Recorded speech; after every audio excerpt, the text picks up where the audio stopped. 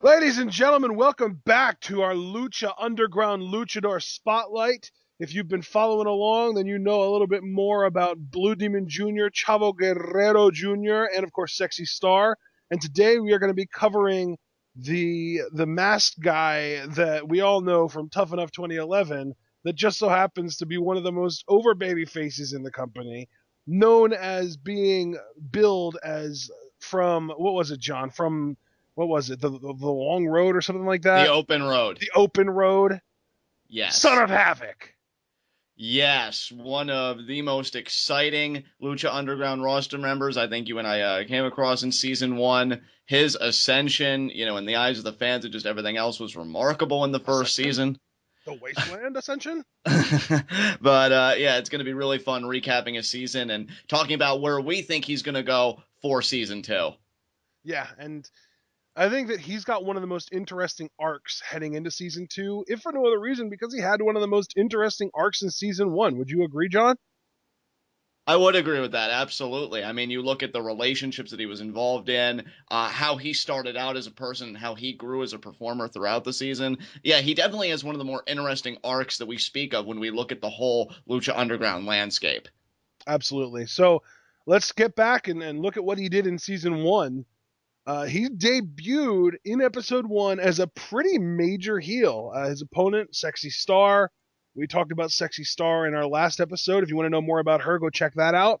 Um, there was a lot more focus on Sexy Star here. She got a video package and everything, but Son of Havoc seems to have a problem with the idea of wrestling a woman. He asks Sexy Star to leave and get counted out. She gets out of the ring, and then Son of Havoc turns his back, and of course, Sexy Star gets back in the ring and attacks him. So throughout this match, we saw some really good power moves from Son of Havoc. He ended up hitting a single knee backbreaker and gets the win by grabbing Sexy Star's tights. Of course, then if you watched episode 3 of our Lucha Underground Luchador Spotlight, you know that in episode 2, Sexy Star got her revenge thanks to Chavo Guerrero by pinning Son of Havoc after Chavo hit a frog splash. So that was a tag team match that Son of Havoc lost in.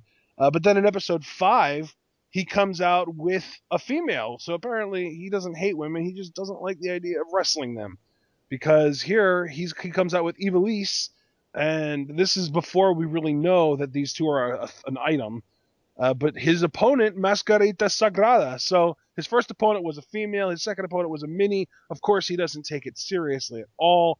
It is worth noting that this is the first time that we ever see Black Lotus too, because she ended up showing up in the crowd watching the match for a little bit, but then she left. Son of Havoc lost this match because I don't know if you remember, John, but Ivelisse, of course, cost him the match in a very, I guess you could say, indirect way. Yes, yes, she ended up, I believe, getting chased around by Mascarita, and No, that no, that was in another match. That was in, I think that was actually in the next match because the episode 6 match, he was going against Pimpinella Escarlata, uh, that's right. and Ivelisse got chased around by Sagrada in that match because she tried to help Son of Havoc win by cheating, and then Mascarita came out and chased her around. I don't remember exactly what happened in this match that she did to get him to lose, but I feel like she was distracting somebody or somehow or something. Yeah, I believe, in this match, I thought at one point, and maybe I'm still confusing it with the other match, that Masquerita did a dive and ended up hitting both of them. I don't know if maybe she tried to get involved and then Masquerita isolated them both that way. But yeah, I mean, that would be a running trend between Evilise and Son of Havoc throughout the Yeah, season if I this think that's the territory. biggest thing that's worth pointing out is that she cost him pretty much every single one of his matches. Yeah, yeah. It's one of And those situations where these two are great individually, but they're awful for each other. exactly, I couldn't have said it any better. Yeah. So then, as I was saying, episode 6 against Pimpy. Obviously, we didn't we didn't get him to win that match either because of Pimpy, because of Sagrada. And then in episode 8, he was one of the members of the big 10-way match to determine who would be number 1 and number 20 for Aztec Warfare. Obviously, he didn't win that. Episode 13, he and Ivelisse came out into the ring. Ivelisse opened with a promo addressing social media, people saying Son of Havoc sucks, and specifies that she doesn't date losers. Yeah, putting a lot of pressure on Son of Havoc, inadvertently because they're really hearing the criticism. Son of Havoc's been on a losing streak, and not just a losing streak, but you look at the kind of nature of competitors that he's lost to. Again, people like Pimpinella, the Exoticos, the Minis, and just stuff like that. And you could tell that Ivelisse is really starting to get frustrated. Absolutely. So then we do get Son of Havoc versus Angelico. And Stryker, I remember there was a line here where Stryker said, "Perhaps Angelico can ascend to greater heights," which obvious foreshadowing for later on in the season. But it is worth noting, again, Son of Havoc loses thanks to Ivelisse here. Yes, Ivelisse once again costs him this match. Again, we continue that trend, and it wouldn't be much longer until Son of Havoc really put that all together, but we'll get to that in a moment.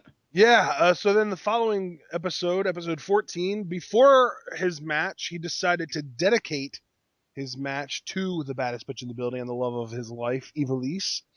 And his match then was against Johnny Mundo. I remember specifically this time, Ivelisse was on the outside, and Son of Havoc had Johnny Mundo beat. He was on the top rope, and she was screaming at him, "Do it! Do it! Put the match away! What are you waiting for?" And he was just staring at her like he was caught up in a trance, just staring at her. And of course, because of that, he took too long. He ended up, I don't remember if he missed or if Mundo got the knees up or something like that, but he didn't hit the big shooting star on Mundo. Ended up losing the match. Exactly. Again, we see here this theme, Son of Havoc, and that's what I loved about the match, what you just said. He had Johnny Mundo beat dead to rights. This is going to be the biggest victory, not just of his career, thus far, but probably of the season. He had it. The table was set. But Ivelisse was just telling him, get on it, which Son of Havoc was going to do. It was almost like, you're just being redundant at that point. Yeah. Threw Son of Havoc off, and it caused a match. Because I believe, it was Mundo he got the knees up. And then he capitalized at the end of the world, and that was it. And it was a really game matchup, probably one of the best of the season. We talk about like underrated matches, really good match. But yeah, Ivelisse cost him another one. Yeah, I noticed on Johnny Mundo had a few of those. Yeah, really, really good season for him. I can't wait to get to him for season 2, but Yeah, that'll come another day. we'll get there. It's probably going to be sometime next week if I had to guess. Yeah. But then on the following episode, episode 15, Ivelisse says Son of Havoc was supposed to have his rematch with Angelico tonight, but she thinks it's best that she fights his battles for him. So we get Ivelisse versus Angelico. Ivelisse wins this match with Son of Havoc's help. And then Angelico tells Ivelisse that he'll go one-on-one with her anytime. And then Evie and Son of Havoc leave. Yeah, so now we really see another component's been introduced into the fray with Angelico. And not only that, but Ivelisse is starting to take charge, saying, well, Havoc, clearly you're not getting the job done. Clearly an actual performer needs to get in there and do this. That's where I'm going to step in. So all of this tension is really coming together now. Yep. And then in episode 17, Cueto sets up a match that is going to be Ivelisse versus Angelico with Son of Havoc as the special guest referee. Yes. I mean, Cueto, we know what a scumbag he is, trying to capitalize on this tension, saying, all right, this is how we're going to work it out. And yeah, this matchup was just shenanigan city to me. Just a lot of crazy stuff in this match. And the match itself happened on the following week, episode 18. The match happened. Ivelisse was great in this match. I felt like this was her best performance in the entire season, I think. And this whole match was just kind of Angelico putting off that like creepy, rapey vibe. Ivelisse being great and Son of Havoc trying to protect Ivelisse. Angelico ended up winning because he pinned Ivelisse in a really awkward, almost like a sex pose, and it kind of almost forced Son of Havoc to do the quick count to get the match over with. So next thing you know, though, they're put into a team together, and we get our first match featuring what we knew then as Team Sitcom, what we know now as Team Havoc, versus the team of Phoenix, Drago, and Aerostar. And this was a really fun match, lots of dysfunction, and obviously, because we know what would eventually end up happening with them, Team Havoc won the match. Yeah, a lot of discord throughout this match, but they do end up getting the job done. Much to and the I shock believe, wasn't this the match where Ivelisse straight up was leaving and Son of Havoc had to do everything by himself? Yes. This is his standout performance because Ivelisse up and left. She was done with the whole thing. She was on her way up the out. steps when he won the match. Yeah, because I think Ivelisse wanted to stick it to him. You're gonna do this, with me. You're gonna dump me and do all that stuff. And yeah, Son of Havoc just pretty much shoved it in her face. It was a great moment for him. I forget. Which match was the one where he broke up with her? Wasn't it the match preceding this trios match? Because he broke up with her, then Cueto wanted to find a way to bring them all together again, and that's how they became a trios team. Because I feel like the breakup was shortly before their first trios match together. Was it episode 20 maybe? Son of Havoc? Yeah, that's what it was. That's what it was. It was episode 20. I skipped an episode, actually. Episode 20, we had Angelico versus Son of Havoc with Ivelisse at ringside. And this was the one where Son of Havoc broke up with Ivelisse from the top rope and picked up his first big win since he started dating her. Consider yourself dumped. Dumped, yeah. But then after that was when we got the big thing with Cueto setting them up as a team. Exactly. And then, of course, the big match with them versus the three babyface luchadors, which they won. The following episode, they faced Metal Gear Solid. Oh, no! Dang, man, I'm skipping around a lot. The following match after that, it was a triple threat. Cage versus the Mac versus Son of Havoc. And Cage won, pinning Havoc. Yes, Havoc had another great performance here. He missed the shooting star press, I believe, on the Mac. That's right, because Cage pulled him out and then shoved him against like the guardrail. Yeah. And then Cage came in and he capitalized. So then we get to the following episode, and this was our Lucha Underground Trios Championship Finals. We saw Team Sitcom, or Team Havoc, as we know them now, versus The Family, which was the Mac, Big Rick, and Killshot, versus Metal Gear Solid, as we lovingly knew, Cage, Tejano, and who else was on that team? Oh, King Cuerno. King Cuerno. King Cuerno, yeah. I said it, yeah. So we had that triple threat for the trios titles. Killshot first pinned Tejano to eliminate Metal Gear Solid, and then Angelico picked up the win for Team Havoc, pinning Killshot. And then, of course, Cueto comes out, announces you have not won the titles yet, you have one more match, and they're going against the Crew. And this was the huge match where Angelico did his first big jump off of Cueto's roof, the crossbody. Ivelisse directs traffic with the kendo sticks. Team Havoc wins the Trios Championships. Huge moment.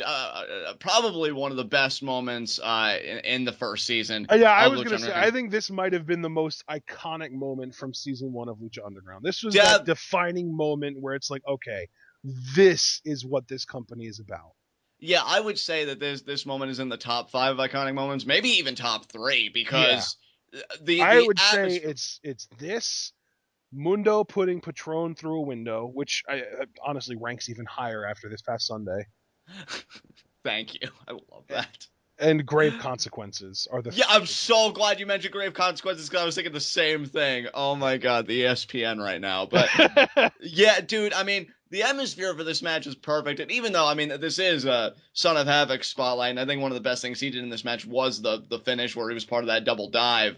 Really, I think that people are going to primarily remember this match because of Angelico's, what he calls the crossbody. But yeah, Son of Havoc, the connection he had with the fans at this point, even, prior to this, so strong. And he's already, at this point, one of the most beloved luchadors in the temple. So it's great stuff. Yeah, absolutely. So then on the following episode, on the following episode, we didn't get them. But in the episode after that, episode 26, because that was 24, this is 26, we get Angelico and Son of Havoc in a regular tag team match against Cortez Castro and Mr. Cisco, and they lose. Why? Because Cortez Castro, with the eye rake, takes advantage, and next thing you know, episode 27, Cueto tells these three that they have to defend the titles next week. If they don't want to, he'll strip them, but they insist on fighting because they do this whole thing where she's just like, I don't need my leg to kick their asses.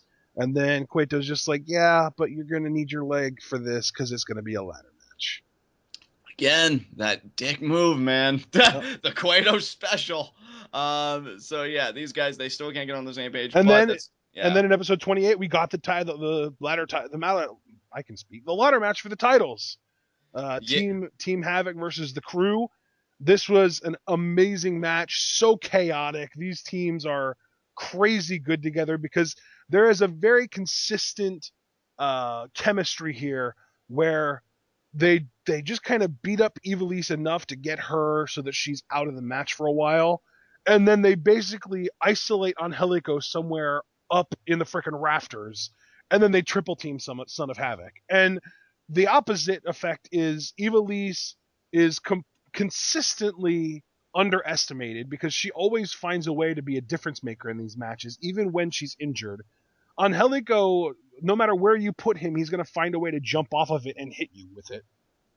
And Son of Right. Havoc somehow manages to win 3-on-1 fights. And I love that aspect of this match because, again, since it is his spotlight, I'll focus on that. The idea that he held his own against the crew, I think, is a fantastic moment. And he does it with the fan support. I mean, I Yes. don't want to get too ahead of myself here because I know you have other episodes to recap, with him. But moments like this, and certainly moments prior, really show that I think Son of Havoc, I'll go the farthest step and say I think he's one of the best baby faces in the business right now because he legitimately feeds off the fans for his comebacks. That's what a Yeah. baby face is supposed to do. Yeah. I love it, dude. Yeah. I love it. Yeah, he's excellent. This was also the match where we got Angelico's ICBM dropkick. Yes. And I call it that because when you come off the top rope, it's a missile dropkick. When you come off Cueto's office's roof, it's an intercontinental ballistic missile dropkick. Damn, son. That's right. So let's move on to episode 30. Delavar Davari teams up with Big Rick and Cage for a trios titles match against Team Havoc. Of course, they don't succeed, mostly thanks to Tejano attacking Davari. Then in episode 33, this was kind of the first part of a big set in motion storyline where the Disciples of Death are coming after the trios titles. This was the scene where Team Havoc was training. They got interrupted by Katrina. She summoned the Disciples of Death, and they kind of like floated up behind Team Havoc and just kind of knocked the guys, Havoc and Angelico and Ivelisse, just knocked them out. And then, of course, Mill showed up to escort Katrina out to his match that he was having. But it's still worth noting this was the big kind of turning point where they went from on top of the world, beating everybody, to, oh shit, now we have to deal with dead people. Yeah, I love how you put that because the Disciples of Death really were the first real legitimate threat I think these guys had for the titles. I mean, of course, the crew you could consider to a point, but I mean, yeah, the Disciples of Death, because of just all the power and everything Katrina wielded, they knew they were in real jeopardy here. And it was brilliant, too, because then in episode 35, there was a one-on-one match between Mil Muertes and Son of Havoc. So now you can look at it and say, well, Mil Muertes just destroyed. I mean, obviously, this was a really good match. This is probably the most back-and-forth match that Mil Muertes had after his resurrection before Ultima Lucha. And it didn't matter, though, because he still just destroyed Son of Havoc in the end. And with Son of Havoc being the person that typically ends up winning the 3-on-1 situations and him being just decimated by Mil Muertes, that had to weaken the team for their match with the Disciples of Death. Oh, certainly. No arguments here. I think what I loved about this match, though, is that even though Mill still claimed another one, I mean, Son of Havoc, like you said, did put up the best fight. I love how and it's also worth pointing out, if I remember correctly, the reason that Son of Havoc lost this match was because he was looking out for his teammates. Because if I remember correctly, Katrina choked Ivelisse out, and the Disciples of Death beat Angelico up on the outside, and he did a suicide dive to take them out. Yes, he did a dive. So even though they weren't a member really in the match at all, the Disciples of Death, in a roundabout way, cost Son of Havoc this match because he had it. Exactly. Yeah, and there's even a moment, and I like how they create that ambiguity there, where Son of Havoc does miss the shooting star press on Mil Muertes because Mil Muertes moves out of the way. Now, would Mil have kicked out? Probably, given of how he performed at Ultima Lucha. But the idea that they don't even let it come to that and they put that down, like maybe, just maybe, if Son of Havoc hit that move, I'm telling you, again, this just furthers the notion that he was such a well-booked babyface throughout the first season. Yep. Love this. It is worth noting that earlier on that night, there was a promo where Katrina told Son of Havoc that death was coming for him, 1,000 of them.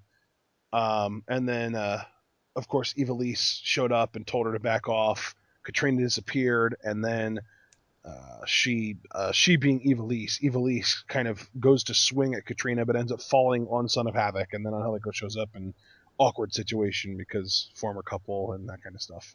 Exactly. But then we get to Ultima Lucha. Ultima Lucha Part 1, Trios Championships, Team Havoc versus the Disciples of Death. Sadly, Team Havoc just doesn't have it in them to win this one. But it is worth noting, again, the only reason they lost this match is because Katrina knocked Ivelisse out with Mil Muertes' stone, and one of the disciples just happened to be there to cover Ivelisse up.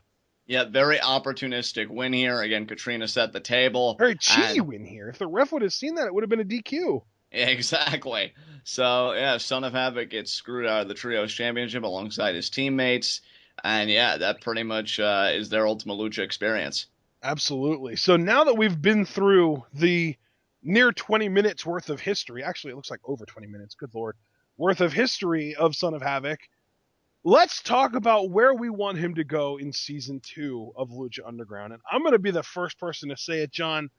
I think that if on the very, very, very short list of luchadors in this company that I see being able to stand a chance against Mil Muertes, Son of Havoc is probably the one that I want most to see take the title off of him.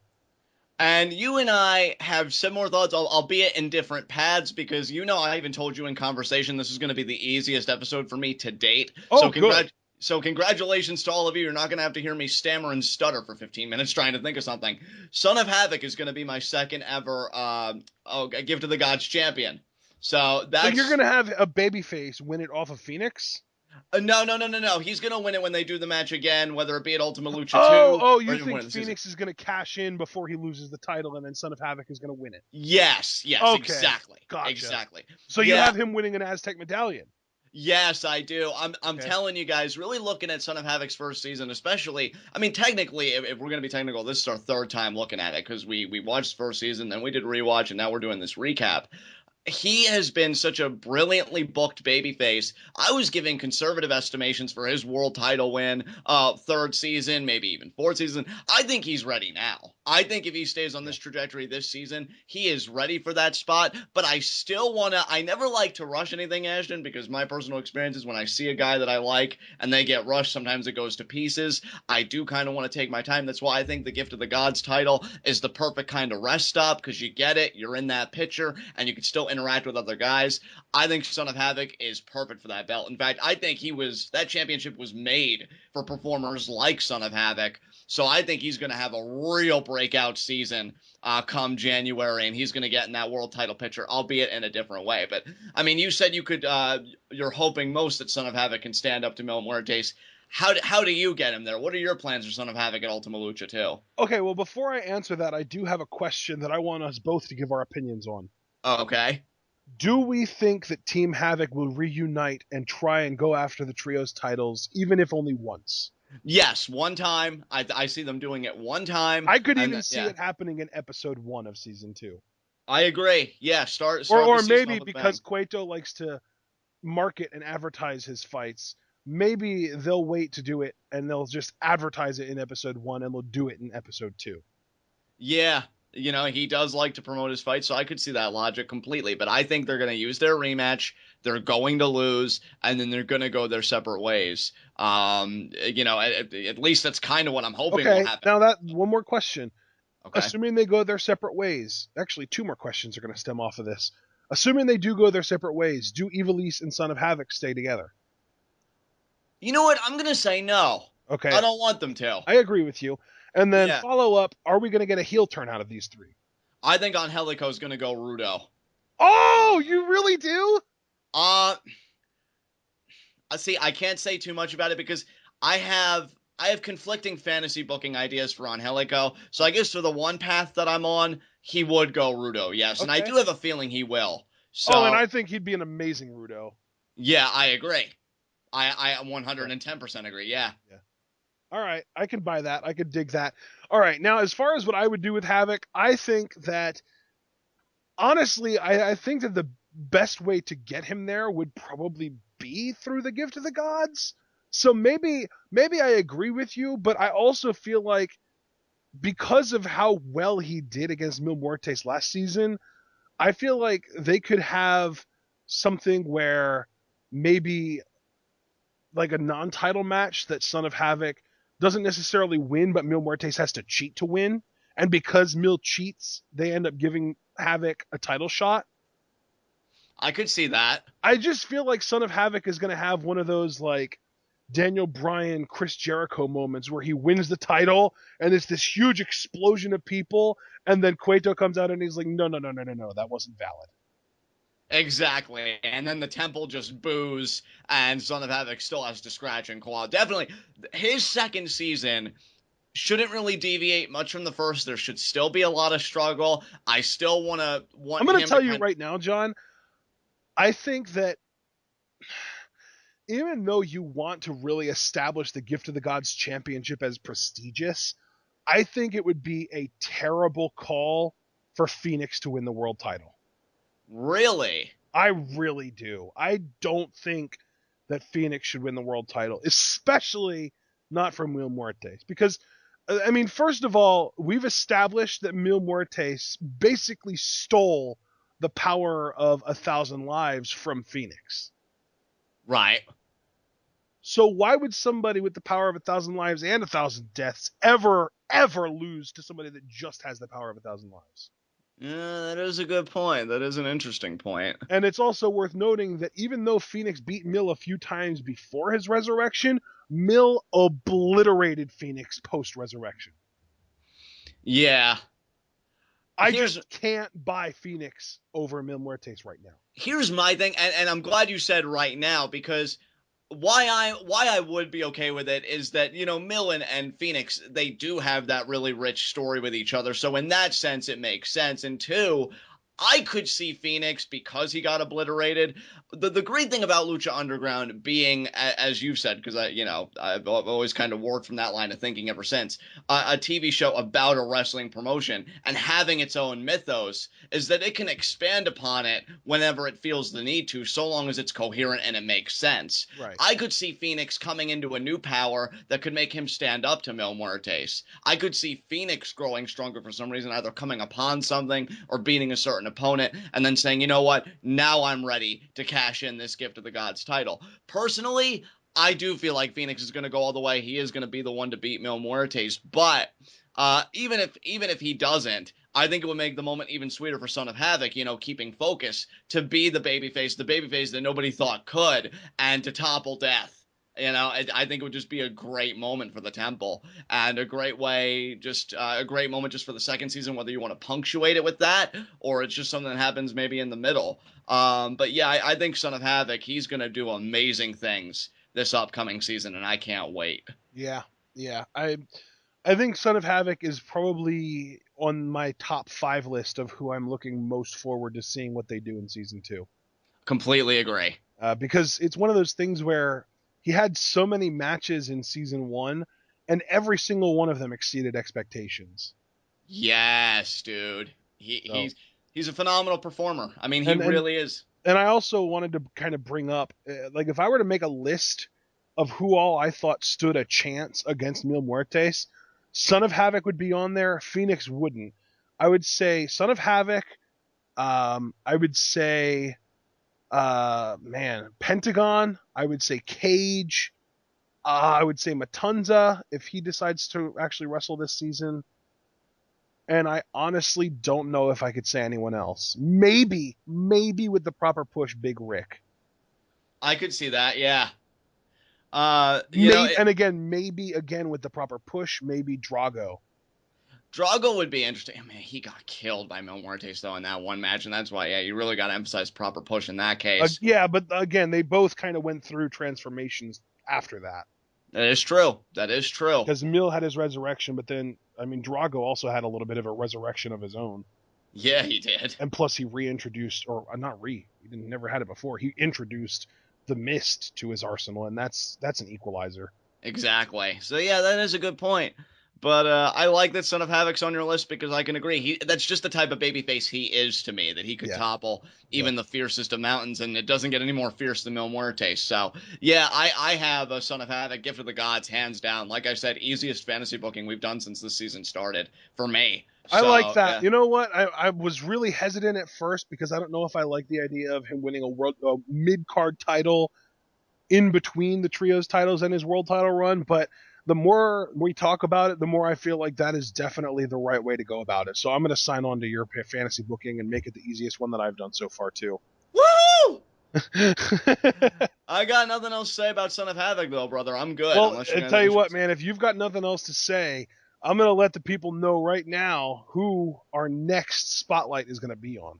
Ooh, what do we mean by. Dario Cueto. Oh, okay. All right, you got it. That sounds amazing. Our next spotlight's going to be on Dario Cueto. He's not a luchador, but he is for this episode. So let's that's going to be crazy. I don't even know what we're going to say. I think I already have an idea in mind. That's why I'm so excited. You know So, what? Let's do this, John. Because they are kind of a package deal, do we want to do both Cueto and Matanza in one? if you're cool with that, I'm cool with that. I don't have a problem. Because it seems like there were really no sort of scenes that had Matanza in it that Cueto wasn't a part of. Right. So, yeah, is that what you want to do? Dario Cueto and Matanza. Sounds good to me. Man. An alternative, I'm going to throw out Black Lotus maybe? Uh, We could even tie Black Lotus back into Son of Havoc because Son of Havoc was the first person that she ever came out to watch. that is true. That is true. I mean, dude, it's your call. I'm cool with whatever. I got hyped for Dario. I already kind of know what I want to do with Matanza, and I feel I'll like tell you if what we're that'll going to probably make do. person. I'll tell you what we're going to do, John. All right. It's Tuesday now. I'm going to give everybody until the end of Wednesday. And I'm going to say by the end of Wednesday, I mean 12 midnight, Wednesday night, Pacific time. We're going to go as late as possible. It'll be 3 p.m. or 3 a.m. Eastern time on Thursday. I'm going to give people until then. Leave comments. Tell us who you want our next spotlight to be on. Your options are Black Lotus, Dario Cueto by himself, or Dario Cueto and Matanza as a unit. Yeah, guys, talk to us. We'll go in whatever direction you point us towards, and whatever video we do, it's going to be fantastic because these are three very compelling characters. So, yeah, to it, guys. Let us know what you want. Absolutely. But until then, we will see you all for our NXT Twitwow tomorrow, that being Wednesday. Should be fun. And of course, whatever you decide is what our next spotlight's going to be on.